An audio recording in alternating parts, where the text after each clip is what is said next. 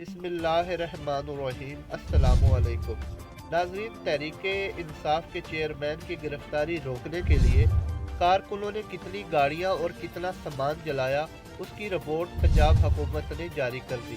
پنجاب حکومت کے مطابق کارکنوں نے 3 واٹر کینن، 8 تھانوں کی گاڑیاں اور 2 PRU کی گاڑیوں کو نقصان پہنچایا۔ ایک بس کو جزوی نقصان اور واٹر ٹینک کو مکمل طور پر جلا دیا۔ 3 واٹر کینن کا 58.5 لاکھ روپے کا نقصان ہوا ہے، جبکہ 42,50,000 مالیت کا واٹر ٹینک مکمل جلا دیا گیا۔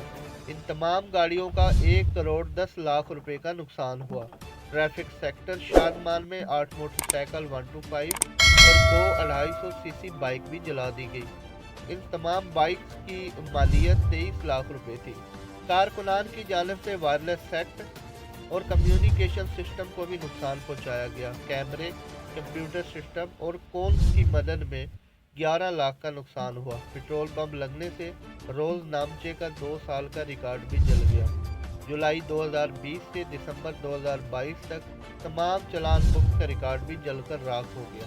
ناظرین، مزید خبروں اور اپڈیٹ کے لیے پلیز ہمارے چینل اختر نیوز TV کو سبسکرائب کیجیے۔ شکریہ۔